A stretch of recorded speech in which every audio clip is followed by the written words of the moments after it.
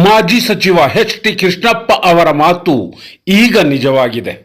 ಒಕ್ಕಲಿಗ ನಾಯಕರನ್ನು ರಾಜಕೀಯವಾಗಿ ಮುಗಿಸಿದ್ದರ ಫಲ ಈಗ ದೇವೇಗೌಡರು ನೋಡುವಂತಾಗಿದೆ.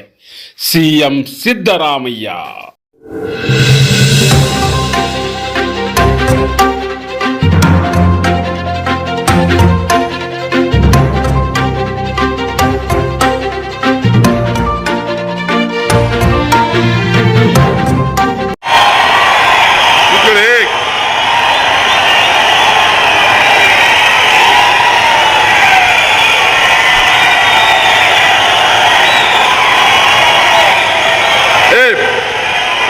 ಇಳಿಸಿ ಕೆಳಗಡೆ ಇಳಿಸಿ.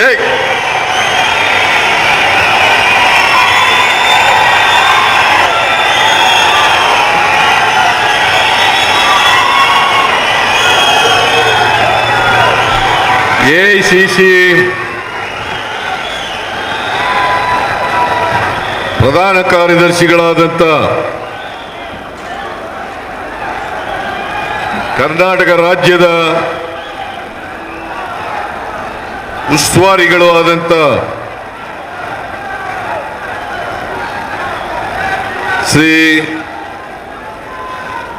ಸುರ್ಜೇವಾಲಾ ಅವರ ಸುಮ್ಮನೆ ಸಾಕು.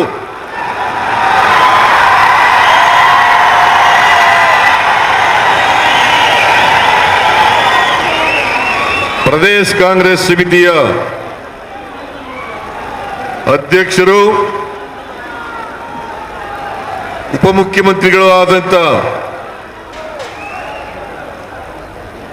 ಶ್ರೀ ಶಿವಕುಮಾರ್ ಅವರೇ,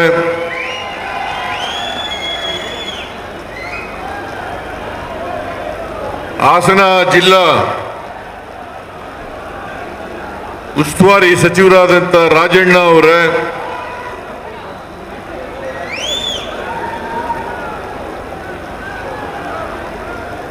ವೇದಿಕೆ ಮೇಲಿರ್ತಕ್ಕಂಥ ಎಲ್ಲ ಸಚಿವ ಮಿತ್ರರೇ, ಶಾಸಕ ಮಿತ್ರರೇ, ಇದಕ್ಕಿಂತಳಿ ಎಲ್ಲ ಇದಕ್ಕಿಂತಳಿ ಎಲ್ಲ ವೇದಿಕೆ ಎಲ್ಲ ನೀವೇ ಆಗೋಗ್ಬಿಟ್ರಂಗೆ.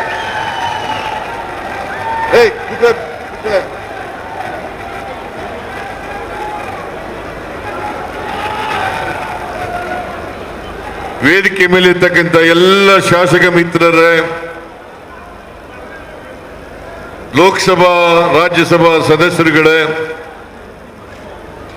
ಮಾಜಿ ಶಾಸಕರುಗಳೇ, ಹಾಸನ ಜಿಲ್ಲಾ ಕಾಂಗ್ರೆಸ್ ಅಧ್ಯಕ್ಷರೇ, ಇತರ ಜಿಲ್ಲೆಗಳಿಂದ ಬಂದಿರತಕ್ಕಂಥ ಕಾಂಗ್ರೆಸ್ ಅಧ್ಯಕ್ಷರುಗಳೇ, ನಮ್ಮ ಪಕ್ಷದ ಎಲ್ಲ ಮುಖಂಡರುಗಳೇ, ಇಲ್ಲಿ ಇಷ್ಟೊಂದು ಬೃಹತ್ ಸಂಖ್ಯೆಯಲ್ಲಿ ಸೇರಿರ್ತಕ್ಕಂಥ ಕಾರ್ಯಕರ್ತ ಬಂಧುಗಳೇ, ತಾಯಂದಿರೇ, ಯುವಕ ಮಿತ್ರರೇ, ಮಾಧ್ಯಮದ ಗೆಳೆಯರೇ, ನೀವು ಎಷ್ಟೊತ್ತು ಕೂತ್ಕರ್ತೀವಿ ಅಂತೀರಿ ಅಷ್ಟೊತ್ತು ಮಾತಾಡ್ತೀನಿ ನಾನು. ಅರ್ಧ ಗಂಟೆ ಕೂತ್ಕತ್ತೀರಾ, ಮುಕ್ಕಾಲು ಗಂಟೆ ಕೂತ್ಕತ್ತೀರಾ, 1 ಗಂಟೆ ಕೂತ್ಕತ್ತೀರಾ, ಕೂತ್ಕೊಳ್ಳಿ. ಯಾರು ಎದ್ದು ಹೋಗಬಾರದು. ಇದು ಅತ್ಯಂತ ಮಹತ್ವದ ಸಮಾವೇಶ.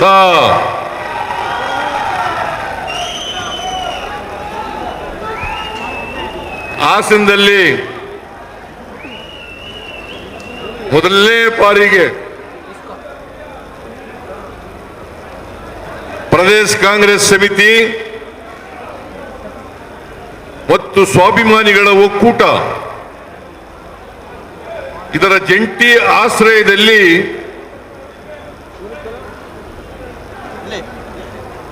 ಜನ ವಿಕಾಸ ಸಮಾವೇಶ ನಡೀತಾ ಇದೆ. ಈ ಸಮಾವೇಶಕ್ಕೆ ಹಾಸನ ಜಿಲ್ಲಾ ಎಲ್ಲ ಮುಖಂಡರುಗಳಿಗೆ, ಕಾಂಗ್ರೆಸ್ ಅಧ್ಯಕ್ಷರಿಗೆ, ರಾಜಣ್ಣವರಿಗೆ, ಶಿವಲಿಂಗೇಗೌಡರಿಗೆ, ಲೋಕಸಭಾ ಸದಸ್ಯರಿಗೆ, ಮಾಜಿ MLAಗಳಿಗೆ ಮತ್ತು ಇತರ ಎಲ್ಲ ಮಾಜಿ ಮಂತ್ರಿಗಳು, ಶಾಸಕರು, ಇವರೆಲ್ಲರೂ ಕೂಡ ಈ ಸಮಾವೇಶ ಇಷ್ಟೊಂದು ಯಶಸ್ವಿ ಆಗಲಿಕ್ಕೆ ಶ್ರಮ ಪಟ್ಟಿದ್ದಾರೆ. ಅವರೆಲ್ಲರಿಗೂ ಕೂಡ ಕೂತ್ಕೊಳ್ರಿ, ಕೂತ್ಕೊಳ್ಳಿ. ನಾನು ಹೇಳ್ದಾಗ ಎದ್ದೋಗಲ್ಲ ಅಂತೀರಿ, ಮತ್ತೆ ಎದ್ದೋಯ್ತೀರಿ. ಕೂತ್ಕೊಳ್ರಿ. ಯಾರವನು? ಕೂತ್ಕೊಳ್ಳಿ.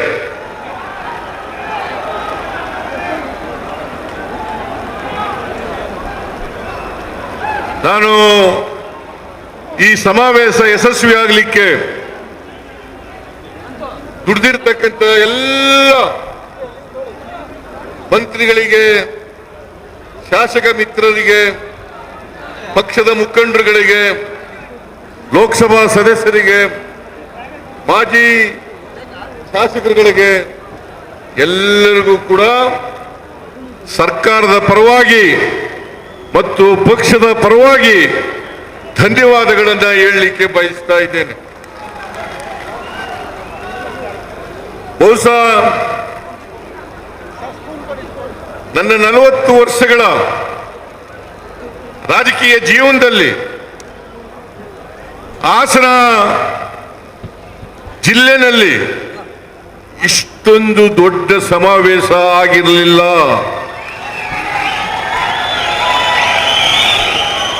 ಮೊದಲನೇ ಬಾರಿಗೆ ಹಾಸನದಲ್ಲಿ ಇಷ್ಟೊಂದು ದೊಡ್ಡ ಸಮಾವೇಶ ಆಗಿದೆ. ಅದಕ್ಕಾಗಿ ಇಲ್ಲಿ ಬಂದಿರತಕ್ಕಂಥ ಎಲ್ಲ ಕಾರ್ಯಕರ್ತ ಬಂಧುಗಳಿಗೆ ನಮಸ್ಕಾರಗಳನ್ನು ಹೇಳಲಿಕ್ಕೆ ಬಯಸ್ತಾ ಇದ್ದೇನೆ. ಮಾಧ್ಯಮಗಳಲ್ಲಿ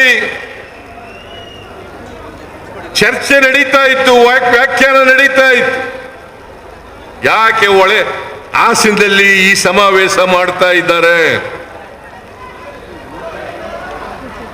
ನಾನು ಹೇಳಿದೆ, ಮೈಸೂರಿನಲ್ಲಿ ಅನೇಕ ಸಮಾವೇಶಗಳಾಗಿದ್ದಾವೆ, ಆದರೆ ಹಾಸನದಲ್ಲಿ ದೊಡ್ಡ ಸಮಾವೇಶ ಆಗಿಲ್ಲ. ನಾನು ರಾಜಣ್ಣವರಿಗೆ, ಶಿವಲಿಂಗೇಗೌಡರಿಗೆ, ಲೋಕಸಭಾ ಸದಸ್ಯರಿಗೆ ಕೇಳಿದೆ, ಏನಪ್ಪ ಹಾಸನದಲ್ಲಿ ಮಾಡೋಣ ಅಂತೇಳಿ. ನನಗೆ ಅದಕ್ಕಿಂತ ಮುಂಚಿತವಾಗಿ ಸಚಿವರಾದಂಥ ವೆಂಕಟೇಶ್ ಅವರು, ಮಾದೇವಪ್ಪನವರು, ಚೆಲುವರಾಯ ಸ್ವಾಮಿಯವರು, ಅವರೆಲ್ಲರೂ ಕೂಡ ನಾವು ಈ ಸಾರಿ ಹಾಸನದಲ್ಲೇ ಮಾಡಬೇಕು, ಮೈಸೂರಿನಲ್ಲಿ ಮಾಡೋದು ಬೇಡ, ಅನೇಕ ಸಮಾವೇಶಗಳನ್ನು ಮಾಡಿದ್ದೇವೆ, ಅದರಿಂದ ಹಾಸನದಲ್ಲಿ ಮಾಡಲೇಬೇಕು ಅಂತೇಳಿ ಅವರು ಸೂಚಿಸಿದ್ರಿಂದ ಇವತ್ತು ಹಾಸನದಲ್ಲಿ ಇಷ್ಟೊಂದು ದೊಡ್ಡ ಮಟ್ಟದ ಸಮಾವೇಶ ನಡೀತಾ ಇದೆ. ನಾನು ಮಾಧ್ಯಮದವರಿಗೆ ಹೇಳ್ತೀನಿ, ಇನ್ನೊಂದು ಚರ್ಚೆ ನಡೀತದೆ ಮಾಧ್ಯಮದಲ್ಲಿ, ಯಾವ ಕಾರಣಕ್ಕೋಸ್ಕರ ನೀವು ಮಾಡ್ತಾ ಇದ್ದೀರಿ? ನಾನು ಹೇಳಿದೆ,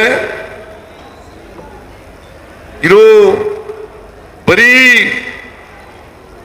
ನಮ್ಮ ಪಕ್ಷದ ಕಾರ್ಯಕರ್ತರು ಮಾಡ್ತಾ ಇರ್ತಕ್ಕಂಥ ಸಮಾವೇಶ ಅಲ್ಲ, ಸ್ವಾಭಿಮಾನಿಗಳ ಒಕ್ಕೂಟ ಮತ್ತು ಪಕ್ಷದ ಕಾರ್ಯಕರ್ತರು, ಪಕ್ಷದಲ್ಲಿ ಇಲ್ಲದೆ ಇರ್ತಕ್ಕಂಥ ನಮ್ಮ ಪಕ್ಷದ ಬಗ್ಗೆ ಸಿಂಪತಿ ಇಟ್ಕೊಂಡಿರ್ತಕ್ಕಂಥ ಅನೇಕ ಜನ ಸದಸ್ಯರು ನನ್ನ ಹತ್ರ ಬಂದು ಹೇಳಿದ್ರು, ನಾವು ಒಂದು ನಿಮಗೆ ಕೃತಜ್ಞತೆ ಸಮಾವೇಶವನ್ನು ಮಾಡಬೇಕು, ಸ್ವಾಭಿಮಾನಿಗಳ ಒಕ್ಕೂಟದಿಂದ ಇದನ್ನು ಮಾಡ್ತೇವೆ ಅಂತ ಬಂದು ಹೇಳಿದ್ರು. ನಾನು ಹೇಳಿದೆ, ನಾನು ಈ ರಾಜ್ಯದ ಮುಖ್ಯಮಂತ್ರಿ, ನಾವು ಹಾಗೆ ಒಕ್ಕೂಟದಿಂದ ಮಾಡಲಿಕ್ಕೆ ಸಾಧ್ಯ ಆಗಲ್ಲ, ಪಕ್ಷನು ಸೇರಿಸ್ಕೊಂಡು ಮಾಡಬೇಕು ಅಂತ ಹೇಳಿದಾಗ ಅವರು ಒಪ್ಕೊಂಡ್ರು. ಹಾಗಾಗಿ ಇದು ಪ್ರದೇಶ ಕಾಂಗ್ರೆಸ್ ಸಮಿತಿ ಮತ್ತು ಸ್ವಾಭಿಮಾನಿಗಳ ಒಕ್ಕೂಟದ ವತಿಯಿಂದ ನಡೀತಾ ಇರ್ತಕ್ಕಂಥ ಸಮಾವೇಶ.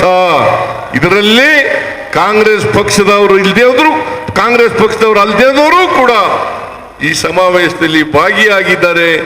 ಅವ್ರಿಗೂ ಕೂಡ ನಾನು ಧನ್ಯವಾದಗಳನ್ನು ಹೇಳಲಿಕ್ಕೆ ಬಯಸ್ತಾ ಇದ್ದೇನೆ.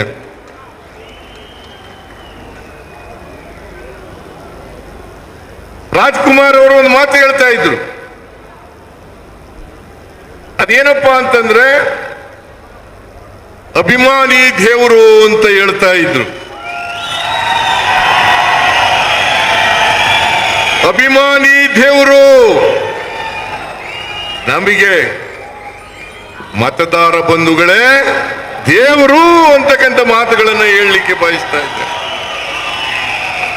ಮತದಾರ ಬಂಧುಗಳು, ನಾವು 3 ಉಪಚುನಾವಣೆಗಳನ್ನು ಗೆದ್ದು, ಒಂದು ಚನ್ನಪಟ್ಟಣ, ಇನ್ನೊಂದು ಸಂಡೂರು, 3ನೇದು ಶಿಗ್ಗಾವಿ. ಸಂಡೂರಿನಲ್ಲಿ ಮಾತ್ರ ನಮ್ಮ ಪಕ್ಷದವರು ಗೆದ್ದಿದ್ದದ್ದು. ಅಲ್ಲಿ ತುಕಾರಾಮ್ ಗೆದ್ದಿದ್ರು. ಅವರನ್ನು ಲೋಕಸಭೆಗೆ ನಿಲ್ಲಿಸಿದ ಮೇಲೆ ಅವರ ಹೆಂಡತಿಯನ್ನು ನಿಲ್ಲಿಸಿ ಅಲ್ಲಿ ಗೆಲ್ಲಿಸ್ತು. ಆದರೆ ಶಿಗ್ಗಾವಿನಲ್ಲಿ,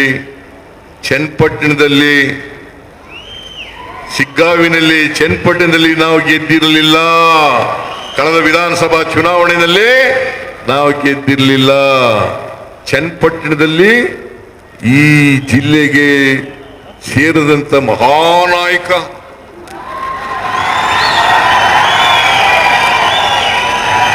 ಅವರ ಮೊಮ್ಮಗ ನಿಖಿಲ್ ಕುಮಾರ್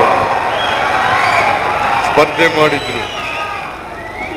ಶಿಗ್ಗಾವಿನಲ್ಲಿ ಬಸವರಾಜ ಬೊಮ್ಮಾಯಿ ಮುಖ್ಯಮಂತ್ರಿ ಆಗಿದ್ದಂಥವರು, ಅವರ ಮಗ ಸ್ಪರ್ಧೆ ಮಾಡಿದ್ರು. 2 ಕ್ಷೇತ್ರಗಳಲ್ಲಿ, ಒಂದರಲ್ಲಿ ಚನ್ನಪಟ್ಟಣದಲ್ಲಿ ಕುಮಾರಸ್ವಾಮಿ ಗೆದ್ದಿದ್ರು, ಶಿಗ್ಗಾವಿನಲ್ಲಿ ಸಿಟ್ಟಿಂಗ್ ಮುಖ್ಯಮಂತ್ರಿ ಬಸವರಾಜ ಬೊಮ್ಮಾಯಿ ಗೆದ್ದಿದ್ರು. 2 ಸ್ಥಾನಗಳನ್ನು ಗೆಲ್ಲಿಕ್ಕೆ ನಮ್ಮ ಕಾರ್ಯಕರ್ತರು, ಮತದಾರರು ಮಾಡಿದಂತ ಆಶೀರ್ವಾದ ಕಾರಣ ಅಂತಕ್ಕಂಥ ಮಾತುಗಳನ್ನು ಹೇಳಲಿಕ್ಕೆ ಬಯಸ್ತಾ ಇದ್ದೇನೆ. ಅದಕ್ಕಾಗಿ ಸ್ವಾಭಿಮಾನಿಗಳ ಒಕ್ಕೂಟದವರು ಹೇಳ್ತಾ ಇದ್ರು, ನಿಮಗೆ ನಿಮ್ಮ ಪಕ್ಷದ ಅಧ್ಯಕ್ಷರಾದಂತ DK ಶಿವಕುಮಾರ್ ಅವರಿಗೆ ಕೃತಜ್ಞತೆಗಳನ್ನು ನಾವು ಸಲ್ಲಿಸಬೇಕು, ಮತದಾರರಿಗೆ ಕೃತಜ್ಞತೆಗಳನ್ನು ಸಲ್ಲಿಸಬೇಕು ಅಂತ ಹೇಳಿದ್ರು. ನಾನು ಹೇಳಿದೆ, ನಮಗೆ ಸಲ್ಲಿಸ್ತಕ್ಕಂಥದ್ದಲ್ಲ, ನಿಜವಾದಂತ ಕೃತಜ್ಞತೆಗಳನ್ನು ಸಲ್ಲಿಸ್ತಕ್ಕಂಥದ್ದು ಮತದಾರ ಬಂಧುಗಳಿಗೆ ಅಂತಕ್ಕಂಥ ಮಾತನ್ನ ಹೇಳಿದ ಮೇಲೆ ಈ ಸಮಾವೇಶವನ್ನ ಏರ್ಪಾಡು ಮಾಡಲಿಕ್ಕೆ ಸಾಧ್ಯ.